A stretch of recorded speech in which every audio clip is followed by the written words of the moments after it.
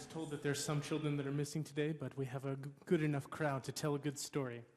Well, I remember so much being a child myself, and one of the most fun things to do, in fact, I have a younger brother. He's only 13 years old. There's quite a distance in age between us, but I always ask him, what's your favorite thing at school?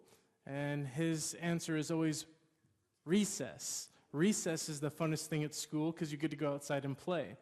Well, today I'm going to tell you a little story about going out to recess. Whenever I was in school, I went to a very small Seventh-day Adventist Christian school in my town. There were only 25 students from kindergarten through 8th grade. And so, that's right, I was the president of my class, 3 people.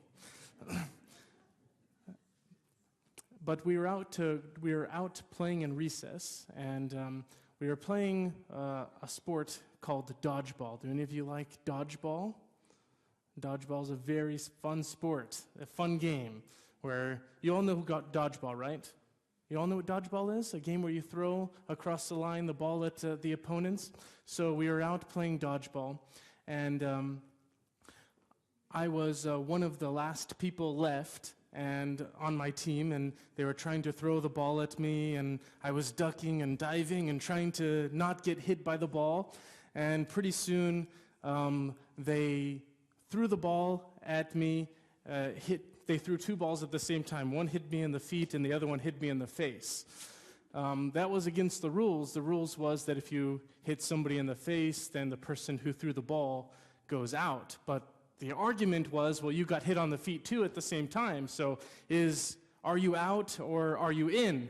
Is the game over? Did we win or did you lose? And that argument got into a kind of a scuffle, and we began to fight and argue, and we began just pummeling each other with the balls. And pretty soon the teacher had to come and separate us. Hey, that's not how you play. The game is over. Stop, quit. And eventually he sat us down for the rest of recess time. We weren't allowed to play any more dodgeball. We had to sit down quietly until we could cool off and talk to one another about what had happened. And at that point, the person who I had been fighting with was actually my best friend. Interesting how that happens, right? You get in fights with your best friend. Well, afterwards, I realized, why are we fighting? He's my best friend. We're good friends of one another, so it was our time to go and make amends, to go and talk to one another, and to say, I'm sorry, to give one another a big hug, and to say, we don't care about dodgeball, friendship is more important. And so the next day, I brought a gift for my friend. It was a candy bar. It was a candy bar, and it was a special gift for him, and I said, I want to apologize for throwing the ball at you because you hit me in the face. I know it was an accident, and I want to apologize and make things right with you. And so we said, okay, and we went to go play dodgeball again the next day and had fun and didn't fight anymore. The lesson is very obvious. Fighting occurs sometimes.